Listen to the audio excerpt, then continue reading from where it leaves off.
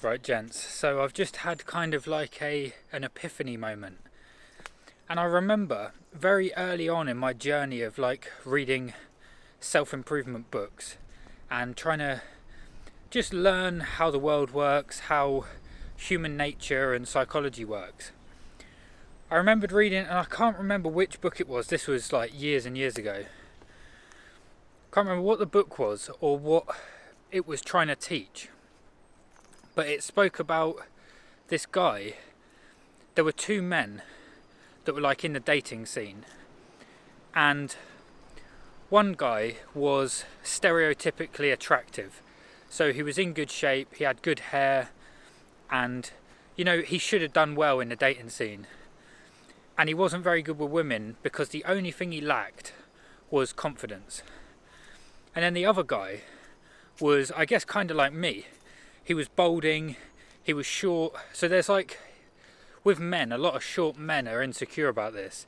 There's like a sub 6 foot issue. Men seem to think you can't do well, and a lot of women do want, that's like a criteria, they do want a man that's taller than them. So I think I'm 5'7", I'm not a tall guy. And it's never bothered me. Although recently I have kind of noticed, if I'm standing next to a tall person, I do think, bloody hell, I feel like a kid here, but it's never like kept me up at night. Like some guys literally get shin enlargements and stuff to sort out. I would never even consider that.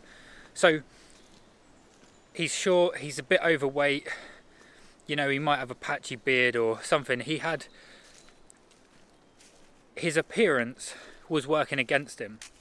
But he always did a lot better in relationships or dating than the other guy because he had confidence.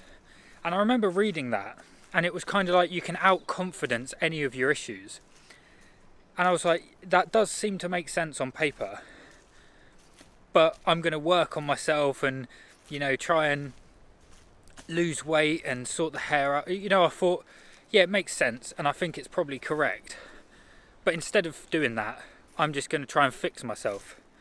And I don't even think that's possible. There's some things like no matter how hard I meditate on it, I'm not growing an extra 6 inches. Do you know what I mean? So, and it's so true. And it's taken me like 10 years. It's probably like 15 years since I read that book. And I'm like, bloody hell. I've been doing all this. I thought when I get abs or when I lose a certain amount of weight, I'll just be charismatic and confident. And I feel exactly the same. Do you know what I mean? And you probably will too if you're on your weight loss journey. You get there and you're like, right, I'm still the same person I was 10 years ago. And now I've got to build confidence. So that's not really how it works. You think I'm fat. When I'm not fat anymore, I'll exude confidence. But you're not, you're the same person. So, and that guy, the analogy of the two men, the balding one, the one that wasn't stereotypically attractive, already knew that. Or at least he couldn't be bothered to like sort his appearance out. So he worked on confidence. And I've just realised now, it's the same with like mental health, physical health. It's all in your head. And you get away with so much if you're just confident about it. So if you believe you're depressed, or you believe that person's not going to be attracted to you, you're putting out that intention, and that's what's going to come back to you.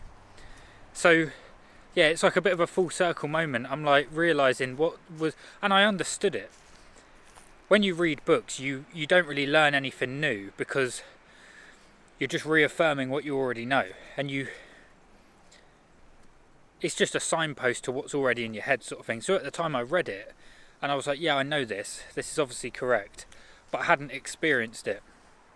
I had to, because at the time I was fat. I was like the unattractive guy, and I thought instead of just being confident, I'm going to try and fix my appearance and become the attractive guy. But in the story, the attractive guy wasn't doing any better anyway. He was actually doing worse. And that's what I found. I fixed certain things, got to a certain point and was still the same. And then you have to work on the confidence. So what I'm saying is you can work on the confidence first. Improving your health is always a good idea, and I definitely recommend doing good habits. But it's probably not going to improve your confidence. Now there might be some guys out there that lose £100, get to their ideal body weight, and they're like a new person.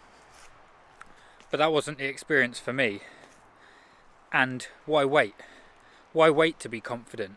Because confidence, if you exude confidence, that's very attractive. So I guess this is the point of the video.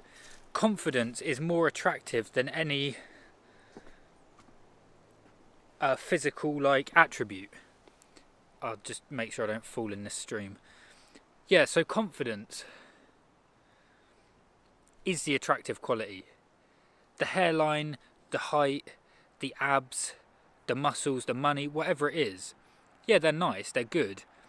But it's the confidence that people are attracted to, and conviction. So you could have all those things and be like, oh, where shall we go to eat? Like, do you wanna, shall we get a pizza? You know, it's unattractive. So yeah, that was my point. And I'm just realising that. And you can do that with your mental health. If you go, oh, well, maybe one day when I've got this, this and this, I'll be happy. You never get there. And when you do get there, you're still not happy. Then you've got to work on the happiness. So you might as well just work on the happiness now. So I hope that makes sense. Who knows? I wasn't very confident, was it? I've learnt nothing, boys. I've learnt nothing. Right, speak to you tomorrow. Have a good day.